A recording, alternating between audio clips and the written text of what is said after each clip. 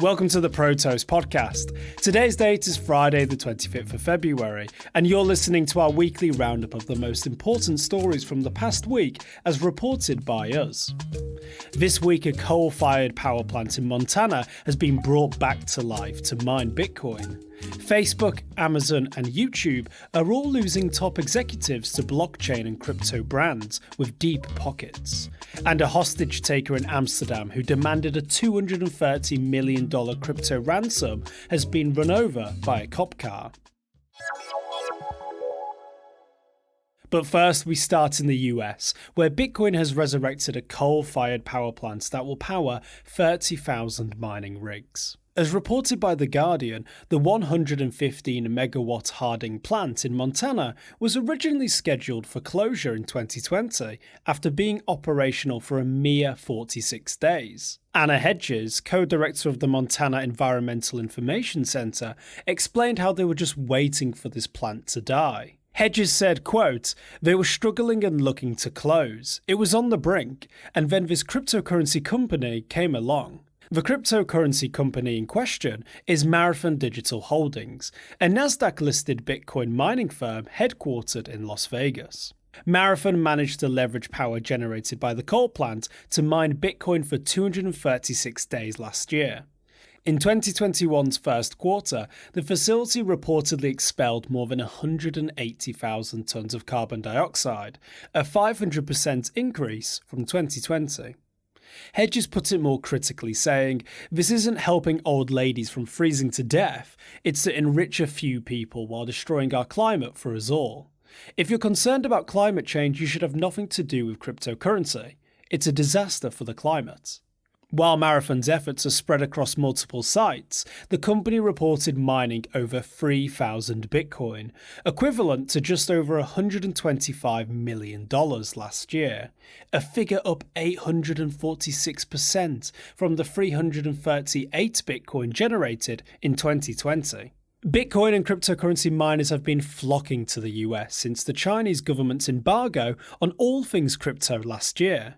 And with it, Bitcoin mining has inspired the revival of several ailing coal power plants across the US, including Pennsylvania and Kentucky.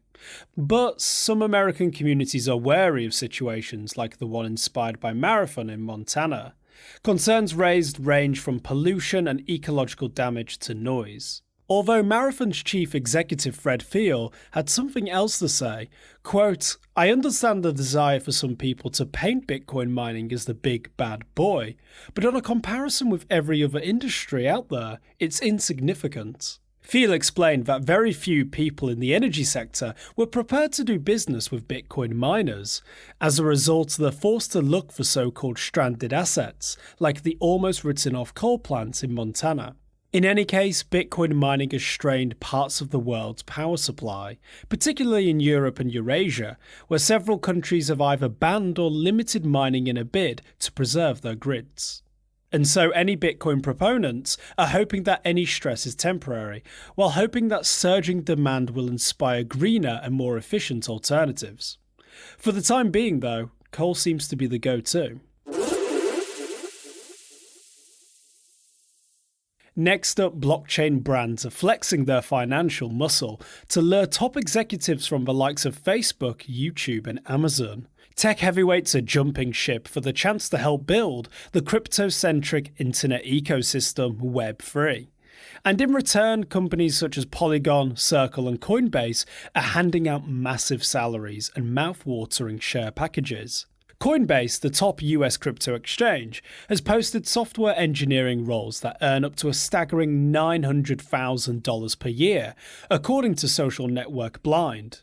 James Hallahan, director of UK and Ireland for Hayes Tech Division, told CNBC, "As more crypto and Web3 companies emerge, we expect the market for tech talent across all levels to become even more competitive." The outlet noted that blockchain startups raised more than $25 billion in venture capital in 2021, giving them plenty of cash to attract top talent.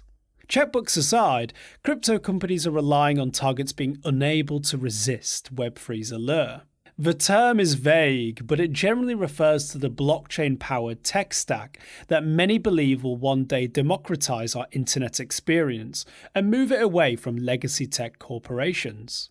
Payroll software firm Deal's chief Alex Borziz explained, saying, "Naturally, people will want to work on what they view as the most exciting and innovative developments in the technology space, and currently that is crypto and Web3. Many are seeing it as the future of the tech industry, in the same way that Facebook and Amazon were attractive in the past." Now, certainly this looks to be the case. Established tech giants are indeed hemorrhaging top talent to the blockchain rivals. Last month, Novi's chief marketing officer Charisse Torres was poached by payments portal Circle, a move likely inspired by DM's untimely demise.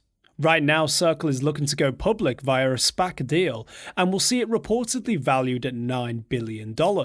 Another example is Amazon's general manager of Edge Services joining Winklevoss-backed crypto exchange Gemini back in January as its new chief technology officer.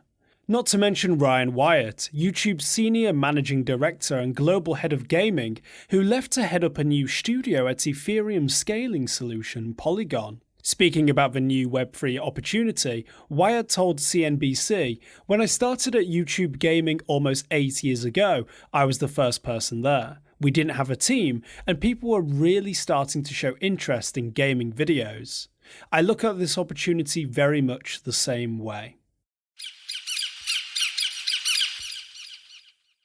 And finally, a 27-year-old man took over an Apple store in central Amsterdam this week, demanding a $230 million crypto ransom for a single hostage.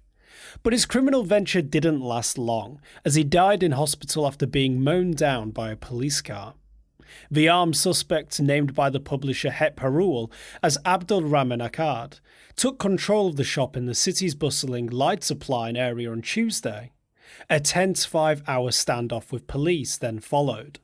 The outlet reported the situation ended when Akkad's 44-year-old Bulgarian hostage, an Apple customer, fled as the police delivered them water. The BBC highlighted that the victim was Bulgarian, while Dutch media had initially claimed they were British. In any case, the luckless perpetrator, an Amsterdamer, was struck by a cop-driven BMW while attempting to recapture him. Police had dispatched several special units to the Apple store to tackle Akkad, who wore military-style clothing and carried a number of weapons. Akkad reportedly fired on the police a total of 4 times, and while around 70 people escaped, the kidnapper held only one man at gunpoint. Police robots inspected the assailant and found that while he did have a small amount of explosives on this person, they were not ready to detonate. The chief of police praised the hostage, saying he has played a hero role. In a few split seconds, he escaped this hostage situation. Otherwise, it would have been an even longer night.